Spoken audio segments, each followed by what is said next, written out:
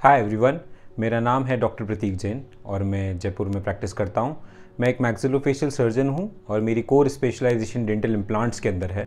ये वीडियो उन लोगों के लिए है जो ये जानना चाहते हैं कि डेंटल इम्प्लांट्स क्या होते हैं और किस तरीके के होते हैं, कैसे उन्हें यूज़ किया जाता है और वो कौन से पेशेंट्स हैं जिनके ऊपर डेंटल इम्प्लांट्स का ट्रीटमेंट किया जा सकता है।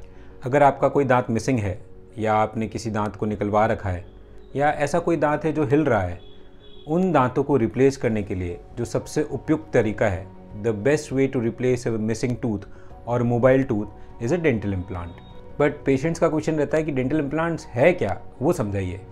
सो डेंटल इम्प्लांट बेसिकली एक टाइटेनियम का स्क्रू है जो टाइटेनियम ग्रेड 4 से बना हुआ होता है। इसको बोन के अंदर उसी तरीके से ट्रांसप्लांट कर दिया जाता है जिस तरीके से आपकी नेचुरली रूट होती है जॉ के बोन के अंदर।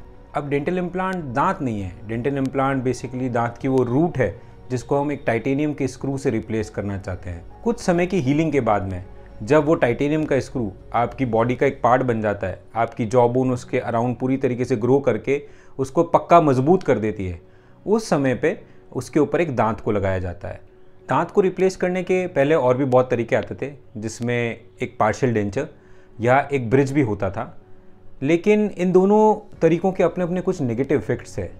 डेंटल इम्प्लांट्स उन दोनों तरीकों से बेहतर है। ऐसा क्यों है वो मैं आपको समझाता हूँ। जब आप एक रिमूवेबल डेंचर लगाते हैं अपने एक मिसिंग दांत को रिप्लेस करने के लिए, तो जिन दांतों का सपोर्ट लेके उस डेंचर को लगाया जाता है, समय के साथ में वो दांत खराब हो जाते हैं, उनके आसपास कैविटी बन जाती है क्योंकि खाना हमेशा जमा रहता है डेंचर के आसपास और उस हाइजीन को मेंटेन करना मरीजों के लिए एक प्रैक्टिकल टास्क नहीं होता। एक रिमूवेबल डेंचर की एक और प्रॉब्लम है, वो फिक्स नहीं है। आप जब भी कुछ खाएंगे तो उसके बाद में वो उसको निकाल के उसको क्लीन करना पड़ता है या फिर समय समय पे आपको आपके डेंटिस्ट के पास जाना पड़ेगा और उसको टाइट करवाना पड़ता है, which is not very convenient in today's times. Bridge के अंदर हाइजीन मेंटेनेंस इतनी बड़ा इशू नहीं है, वो आराम से मेंटेन हो सकती है।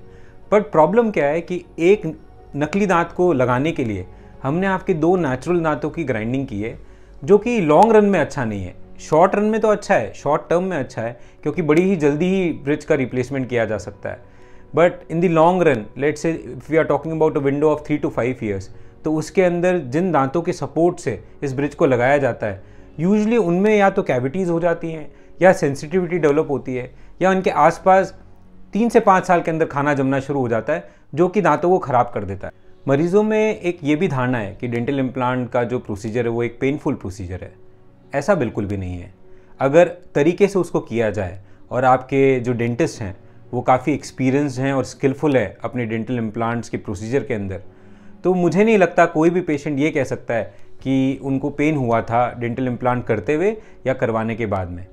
हाँ, अगर आप किसी इनएक्सपीरियंस डेंटिस्ट के पास जा रहे हैं और या फिर उनकी ट्रेनिंग प्रॉपर नहीं है, तो I can not comment on that कि उनके रिजल्ट्स कैसे आएंगे। पेशेंट्स ये भी पूछते हैं कि कितना टाइम लग जाएगा डेंटल इम्प्लांट्स करवाने के बाद में नए दांत के लगने तक को। सो कभी कभी जब बोन बहुत स्ट्रांग होती है और बोन हमें सपोर्ट दे देती है डेंटल इम्प्लांट के आसपास, तो हम दांत को इमीडिएटली भी लगा सकते हैं। लेकिन एवरेज आप ये मान के चलिए कि 3 महीने का टाइम लग जाता है। 3 महीने तक ऐसा नहीं होता कि मरीज उस तरह से खा नहीं सकता। डेंटल इम्प्लांट बोन के अंदर रहता है, उसके ऊपर गम्स क्लोज होके रहते हैं, मसूड़े पूरी तरीके से कवर करके रखते हैं उसको। सो आप आराम से खाना खा सकते हैं, अपनी नॉर्मल दिनचर्या जी सकते हैं, आपकी नॉर्मल रूटीन लाइफ में कोई असर नहीं आता, कोई प्रावधान नहीं पड़ता and it is not blocked by anything. Patients often ask me what is the success rate of a dental implant. Well, a dental implant is a very successful procedure. It is very predictable. It has been here for years now. And अगर मैं research की बात करूं और paper publication की बात करूं, तो डेंटल इम्प्लांट्स की यूजुअल सक्सेस रेट अबाउट 97.5% रहती है। 3% का फेलियर रेट रह सकता है, जिसका मतलब ये है कि वो इम्प्लांट आपके बोन के साथ अच्छी तरीके से जुड़ नहीं पाए। बट आप ये समझिए कि हमें हमेशा 97% की तरफ देखना होता है, हम कभी भी उस चीज़ को ना देखें जो एवरेज से दूर हो। तो एक सवाल ये बड़ा कॉमनली आता है कि क्या डायबिटिक पेशेंट्स डेंटल इम्प्लांट करवा सकते हैं? जी बिल्कुल, diabetic patients definitely dental implants करवा सकते हैं, प्रोवाइडेड उनकी शुगर कंट्रोल्ड हो, वो अनकंट्रोल्ड डायबिटिक नहीं हो। अनकंट्रोल्ड डायबिटिक्स के केस में फेलियर रेट थोड़ा बढ़ जाता है। सो अगर इन कंक्लूजन आप मुझसे पूछना चाहें कि क्या डेंटल इम्प्लांट करवाना चाहिए, 100% आपको हमेशा अपने दांतों को बचा के रखना चाहिए। ब्रिज एक सेकेंड ट्रीटमेंट ऑप्शन हो गया है आज की तारीख के अंदर, जहाँ डेंटल इम्प्लांट्स बड़े ही प्रेडिक्टेबल हो गए हैं। आप क्यों अननेसेसरी अपने 2 अच्छे दांतों को ग्राइंड करवा के घसवा के एक ब्रिज लगवाना चाहेंगे? येस, आई अंडरस्टैंड, ब्रिज एक सस्ता ऑप्शन है, सस्ता ट्रीटमेंट ऑप्शन है, इसमें मरीज़ों के पैसे की थोड़ी बचत हो जाती है। लेकिन अगर हम लंबे समय की बात करें तो एक ब्रिज को हर 7 से 8 साल में चेंज करने की ज़रूरत पड़ सकती है, जबकि एक इम्प्लांट आपका साथ जीवन भर देगा। तो आई थिंक इकोनॉमी वाइज अगर हम ईयर्स से उस प्राइस को डिवाइड करें तो डेंटल इम्प्लांट बहुत ही चीपर और बहुत ही सस्ता और बहुत ही अच्छा ऑप्शन है।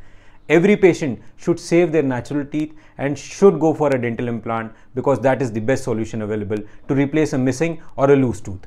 Thank you. My name is Dr. Prateek Jain. I am a dental implant specialist. I practice in the city of Jaipur.